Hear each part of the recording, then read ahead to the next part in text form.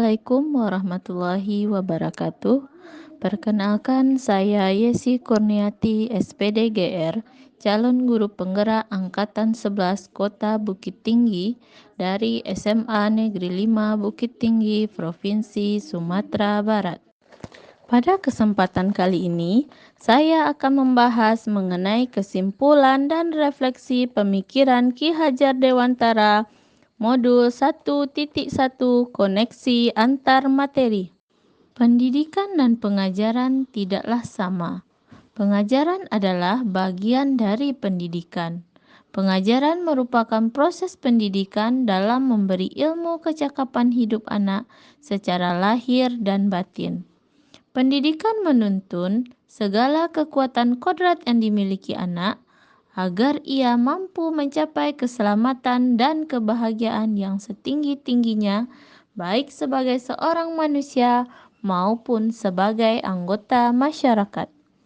Pendidikan menuntun murid untuk berkembang secara utuh agar mampu memuliakan dirinya sendiri dan orang lain serta menjadi pribadi yang mandiri. Peran guru sesuai dengan trilogi pendidikan, yaitu Inggarso Santulodo, Ing Madiun Mangunkarsa, dan Tuturi Handayani.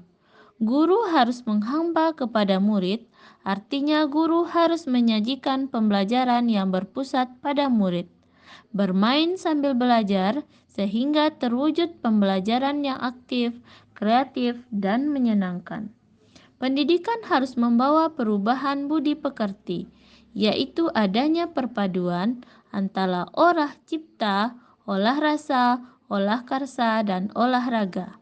Pendidikan harus memanusiakan manusia sehingga dapat berkembang sesuai dengan potensi yang dimiliki. Apa yang Anda percaya tentang murid dan pembelajaran di kelas sebelum Anda mempelajari modul 1.1?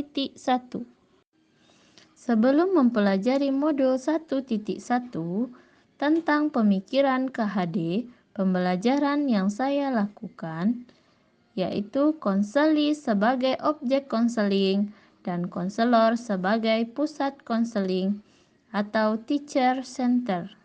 Dan sebelum mempelajari modul 1.1 tentang pemikiran KHD, pembelajaran yang saya lakukan hanya menjelaskan materi yang terkait dengan bimbingan dan konseling. Konseling yang dilakukan hanya bersifat satu arah. Menganggap konseli mampu mengeksplor dirinya sendiri.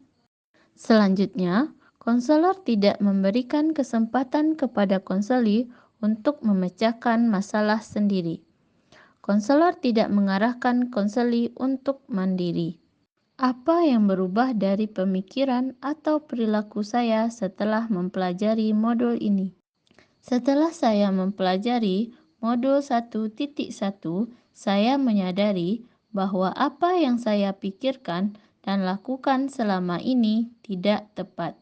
Hal yang akan saya lakukan, pertama, melakukan refleksi dan umpan balik bersama konseli setelah melakukan bimbingan klasikal. Kedua, memberi kesempatan kepada konseli untuk mengungkapkan pendapatnya dan menemukan solusi.